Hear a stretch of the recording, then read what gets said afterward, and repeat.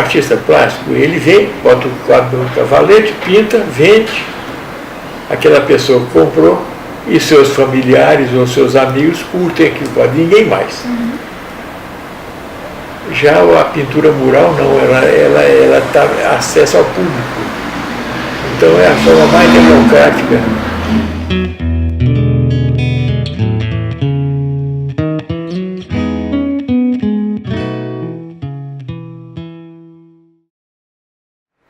Qualquer outro tipo de arte você tem parcerias, você divulga. Arte plástica, você faz um trabalho e é um autor, um trabalho. O DJ dizia muito, o artista plástico é ao mesmo tempo autor e ator da sua própria obra. Então a pintura mural é a única forma que você tem de democratizar a leitura desse trabalho.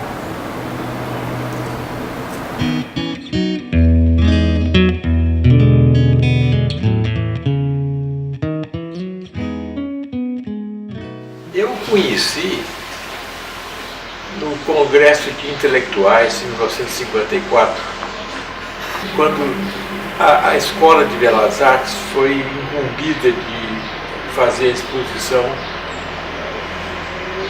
exposição de arte. Então eu fui ajudá-los, fui colaborar também nessa montagem. Vieram artistas do Brasil todo, grandes nomes das artes do Brasil na época, mandaram trabalhos para participar dessa exposição. E de Goiás participou o Confalone, o Luiz Curado, o Ritter, mas o Frei ele veio antes para Goiás, a convite do Dom Emanuel, para pintar o afresco, na técnica de afresco na Igreja do Rosário, em Goiás, a Via Sacra. E ele foi lá que o professor Luiz Curado tomou conhecimento da presença desse frade italiano que pintava, e como ele tinha já o compromisso de criar uma escola de belas artes, ele se juntou ao professor Ritter, que era um professor de carpintaria e desenho do mobiliário na escola técnica, e com a chegada, conseguiu trazer o Confalone para Goiânia. Inclusive ele não tinha nem terminado os afrescos da Igreja do Rosário. Ele veio para cá em 1953 e criaram a Escola de Belas Artes. Goiás não existia dentro das artes, então foi uma surpresa imensa, um impacto intelectual quando eles chegaram aqui e encontraram arte de qualidade. Além da questão dos Carajás e do Veiga Vale, eles se surpreenderam com a pintura do Frei, com a escultura do Ritter, e foi assim, um impacto muito grande. Descobrir que em Goiás existiam artistas com características de arte moderna. Né? E eu conheci o Frei como aluna. Com a fundação da escola, eu cheguei e fui fazer Belas Artes em 58. Com o Frei foi uma amizade assim imediata, né? E nós sempre trabalhamos juntos, sempre próximos, Frei, Amauri e eu. O primeiro trabalho dele foi essa Via Sacra na Igreja do Rosário. E eu acho ainda que é o trabalho mais representativo da carreira do Frei. E o Frei tinha uma preocupação muito grande de usar a verdadeira técnica do afresco. O afresco tinha que ser feito numa área interna, né, para poder preservar, e ele trabalhava com argamassa úmida, que ele ia marcando os pontos, que ia pontilhando com o desenho ampliado, e daí ele ia pintando por partes, por etapas. E uma coisa muito interessante, para vocês verem a importância do Frei, é que ele nunca trouxe a arte europeia para Goiás. Então ele pintava a gente de Goiás, as pessoas de Goiás. E eu acho isso assim já de um impacto muito grande. Ele nunca trouxe a arte religiosa da Itália. O Frei soube respeitar e dar valor a uma arte goiana. E eu acho maravilhoso é que ele pinta, por exemplo, a Nossa Senhora negra. É uma Madonna negra. Então ele tinha essa preocupação. Uma outra coisa que chocava muito na época, o Frei sempre pintava as mãos e os pés grandes, maiores de sua. Então ele falava o seguinte, que as mãos e os pés eram o instrumento de trabalho do homem. Então é preciso valorizar esse instrumento. O Frei sempre defendeu o afresco na área interna. E já o Oliveira, ele questionava isso e achava que poderia ser feito afresco também no exterior. Havia uma discordância entre os dois muito grande sobre o mural.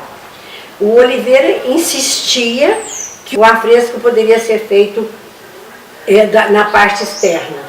E realmente ele perdeu grandes obras assim, maravilhosas em função disso. É uma pena tão grande, porque era tão bonito.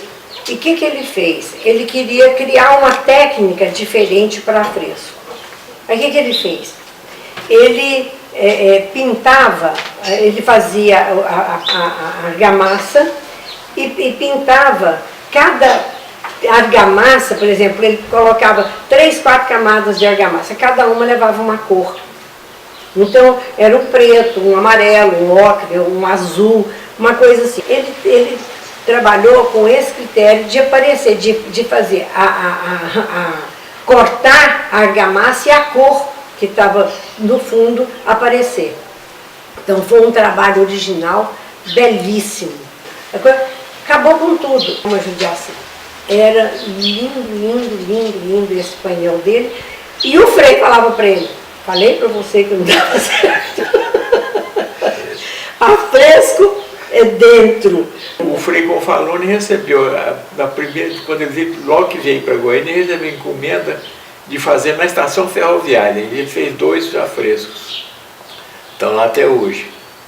Na estação ferroviária era o pai da Lena Castelo Branco, era o engenheiro, ele era o chefe da ferrovia. E foi ele que fez encomenda para o Gonfaloni. E tinha um mural belíssimo do Oliveira, não sei se existe, era lindíssimo, dentro do Banco da Amazônia, belíssimo. Os dois usaram técnicas diferentes. O Frei tem muito pouco mural que lembro que tenha sido feito com azulejo. Eu sei daquele ali no final da Rua 3, agora afresco sim, afresco o Frei trabalhou bastante com afresco. Ele era livre para criar. O Frei toda a vida teve um olhar especial para Goiás. Eu digo Goiás porque foi onde ele viveu e ele respeitou as nossas origens.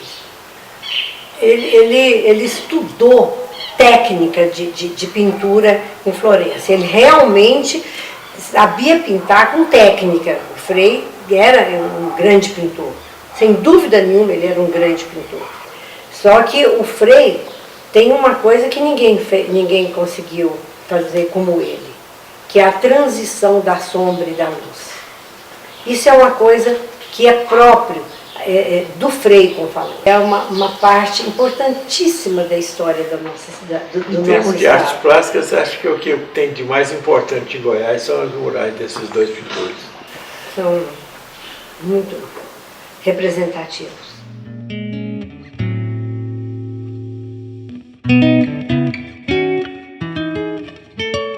Quando o Oliveira chegou em Goiânia, ele era extremamente excêntrico, então ele era aquela coisa assim de chamar a atenção de todo mundo. Ele era um homem bonito, ele tinha os olhos verdes pintados. Muito, muito bonito o Oliveira. E ele punha a boina de lado para ficar mais charmoso, né?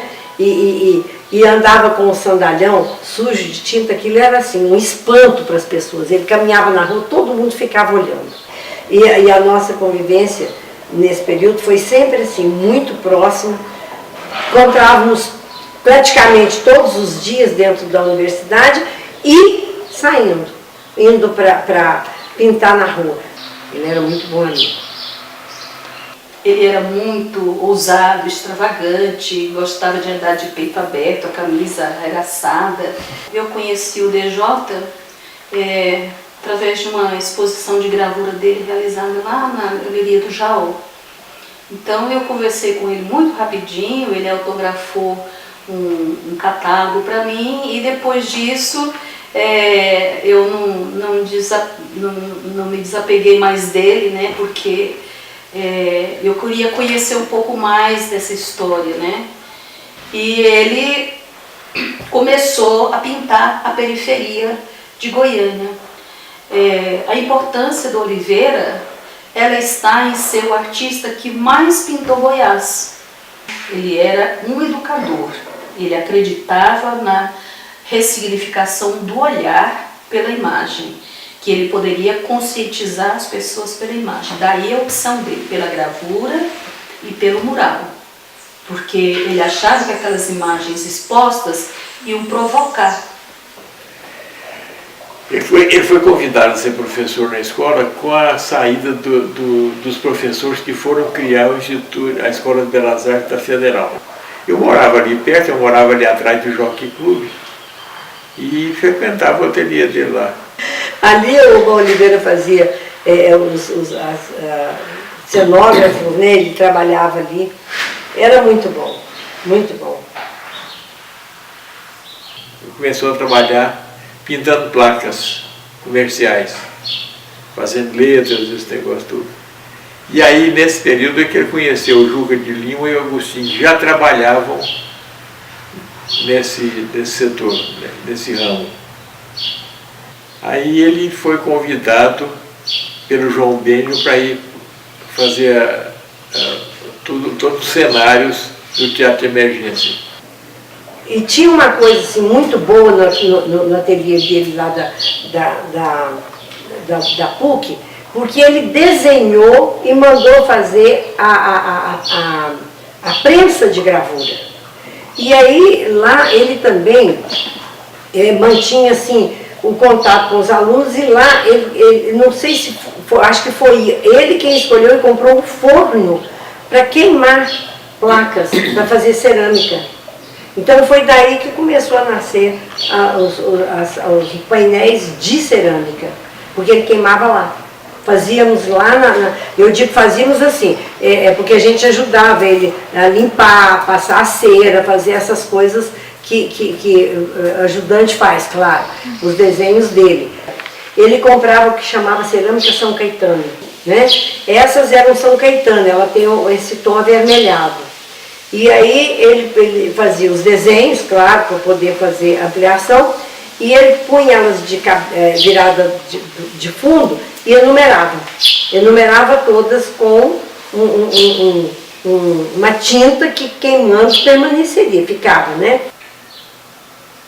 O Oliveira tinha um lado diferente do Confalone com relação a pintar mural, que principalmente com os insucessos dele no afresco, ele passou a trabalhar mais com cerâmica pintada, azulejo ou cerâmica.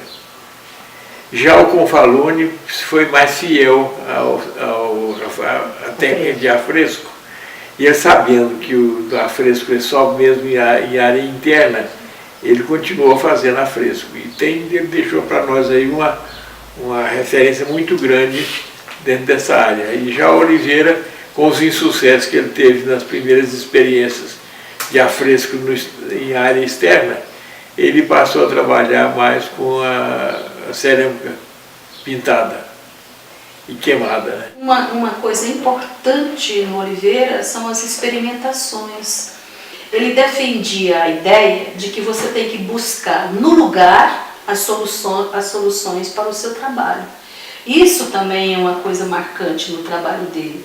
Ele não vai ficar sujeito aos grandes centros. Ele busca aqui. E no mural isso não é diferente. Ele recorre às coisas daqui, né? Ele era uma pessoa que lia muito, pesquisava bastante. Então, quando foi encomendado um painel lá para a OAB, ele já sabia que o Santo Ivo foi um advogado e que exercia advocacia já no mural que ele fez, que o DJ fez para aquela agência de propaganda do Hugo Brócolis. Ele pegou a figura do arauto, que levava a notícia. E naquele tempo a notícia era levada por uma determinada pessoa. Então ele usou a figura do arauto. O Oliveira não pintava um painel para uma determinada proposta de qualquer jeito. Ele pesquisava o que ele gosta, o que seria bom pintar. O arauto para uma proposta de uma agência de publicidade, né? O juiz, o Santo Ivo para uma agência de justiça. Ele foge do conceito da justiça cega. Ele busca uma alternativa dele, uma proposta de como que é que surgiu a justiça. O Frei, ele fez uma crítica social na época com os bispos, os bispinhos. E o Oliveira com os juízes da última fase. Ele criticava os juízes como sendo os manda-chuva, aqueles que se julgavam acima do poder, acima de tudo. Ele fez essa crítica com os juízes. As temáticas deles, do DJ, são atemporais, né? Elas tratam das questões sociais, dos problemas atuais, né? Da desigualdade, né? Da miséria, da fome, né? Embora ele negasse terminantemente, né, que odiava a política, você não pode tirar a política do trabalho do Oliveira, né? A própria opção dele pelo mural, que é uma arte de rua, é uma arte comprometida com a sociedade, no sentido de socializar a contemplação, socializar a leitura e socializar a temática. Todo transeunte tem acesso, né? Então eu acho isso no trabalho dele extremamente politizado, né? E consciente, educador, e uma pessoa que quer dar uma contribuição através daquilo que ele fazia. Ele falava, o meu trabalho, eu quero dar a minha contribuição. Como eu sou artista, a forma que eu tenho que dar essa contribuição é desse modo, né? Levando a arte ao povo. Dar a oportunidade da fruição estética sem perder de vista a educação visual, né? Questionar. Ele teve uma importância para Goiânia e para mim ele é dos mais importantes. Ele tinha essa questão política, ele abominava a política, né? Tinha ódio da política. Mas aquele mural lá da praça, ele fez aproveitando as crianças de rua que brincavam nas enxurradas para criar aquilo lá. Quando ele foi incumbido de fazer esses 5 murais lá na Federal, nós estávamos sentados lá na Escola de Belas Artes, que era descendo ali a Avenida Anhanguera, Avenida Universitária, chovendo muito e tinha água correndo, muita água. E uns meninos pegaram folha de buriti, sentava naquele e descia na enxurrada. E nós ficamos olhando aqueles meninos brincar, e ele falou, Maurício, já sei o que eu vou fazer. O mural. Ele tinha que fazer as 5 atividades da Universidade Federal, as 5 atividades didáticas principais da universidade. E aí então ele fez, para medicina, ele fez o jogo da bolinha de gude, que é a precisão do ato cirúrgico, né? Para as artes, ele fez empinando a pipa. para engenharia, ele pegou o peão, que é o prumo que é instrumento de medir verticalidade, né? Para direito foi a gangorra. Duas crianças, a balança do direito, né, da justiça, tá vendo? São obras monumentais que permanecem e que contam uma história. Normalmente a pessoa não considera a paisagem como uma obra assim, importante socialmente. Ela é fundamental para contar uma história. Ela narra a história de uma cidade, de um momento, de uma época, de um período. O meu mural, qual que é a importância dele? Histórica. Ele está contando, através do desenho do Amauri, que o Oliveira tirou partido, a história de Goiás, que é hoje patrimônio da humanidade. Nós vivemos uma época privilegiada, em que nós participávamos da execução desses painéis. Nós vimos a Ana Maria esculpir o painel lá do Jaó, vimos o Oliveira colocar o painel do Jaó, nós ajudamos o Oliveira a limpar as cerâmicas desse painel daqui de casa.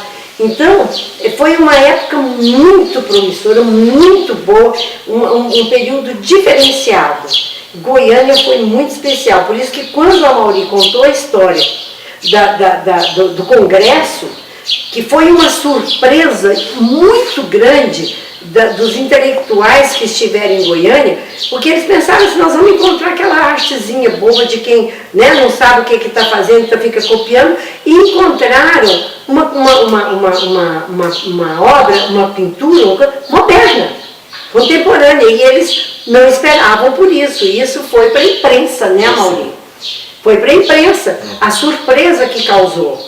E por isso eu acho que Goiânia tem uma história. Goiânia tem uma história muito bonita para ser contada das artes aqui. Na época nós trabalhávamos juntos nos ateliês uns dos outros. Trabalhávamos na minha casa, no ateliê do Amauri, no ateliê do Frei, no ateliê do Oliveira, todos nós juntos. O ateliê do Oliveira era uma convergência. Todo mundo passava por lá, inclusive lá dentro do espaço da Escola de Arquitetura, né? Ali todo mundo se encontrava, inclusive, além de artistas plásticos, músicos, teatro, todo mundo, literatura, todo mundo estava lá. Nós tínhamos reuniões frequentes na minha casa, que a gente reunia para poder falar sobre arte. Então foi um período muito cheio, muito pleno. Foi um período muito bom e que abriu o espaço e o campo para o que nós temos aqui hoje. Isa Costa, Ana Maria, o senhor, todo mundo, Roosevelt, Ciron, nós trabalhávamos juntos. Então era um período assim, extremamente fértil. Nós éramos um núcleo, um grande núcleo. A cidade fervia. Era uma coisa maravilhosa, maravilhosa. Porque como é que deixaram perder essas obras? Por exemplo, essa etapa de pinturas nas paredes que o Kleber Adorno fez, dos artistas pintar no ônibus, todo mundo sabia que ela era perecível. Mas os murais, não. Eles foram feitos para ficar.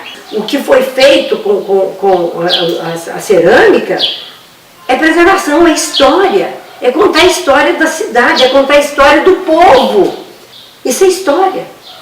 E a nossa história é importante para poder conhecer a história dos que estão aqui agora e depois as mudanças sociais que vão acontecendo. Como que nós vamos saber quem nós somos e para onde vamos se nós não sabemos de onde viemos? Essa é a questão. Os murais são esse de onde viemos. É a nossa raiz, é o nosso começo. Nós precisamos recuperar isso. São os nossos vestígios que estão sendo apagados. Nós temos a nossa inteligência, nós temos a nossa cultura, mas nós não assumimos. Então, recuperar isso na pintura, no mural, na gravura, na arquitetura, é um dever nosso para que a gente saiba quem somos, né? E possamos repensar a partir daí. Que quando muda a atividade do imóvel, o adquirente, não sabendo a importância, manda demolir porque precisava de ampliar o espaço, qualquer coisa assim. Então é falta de conhecimento, falta de perceber a importância. Eu acho que simplesmente mostrar para os atuais proprietários daquele imóvel a importância que tem como um documento cultural, né? O valor cultural. Eu acho que eles deveriam ser tombados, porque aí a pessoa fica impedida de destruir. Casos de prédios onde tem, preserva, tira, como foi feito lá do Brox, deixa a parede, e aí é uma forma de manter e de preservar. Eu acho que hoje todo mundo tem conhecimento de que é preciso preservar. Esses que ficaram vão permanecer. Acredito que sim, espero que sim.